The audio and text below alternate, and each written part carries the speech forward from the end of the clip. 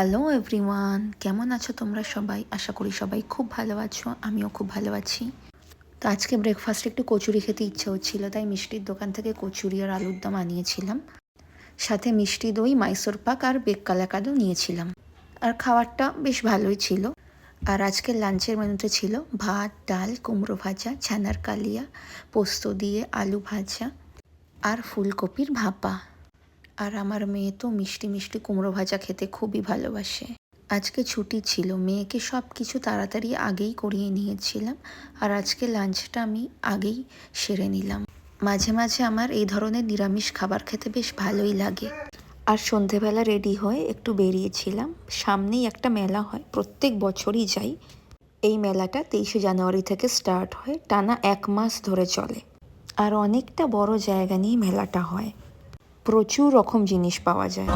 ওই আমসত্ত্বের হসপিটালে লম্বা লম্বা দুটো, ওটার একটা মান নিও। একটা মায়ের একটা আমাদের। আর সবার আগে প্রত্যেকবারই আমি আচারের দোকানটাতে আসি। এরাই নিচ্ছ?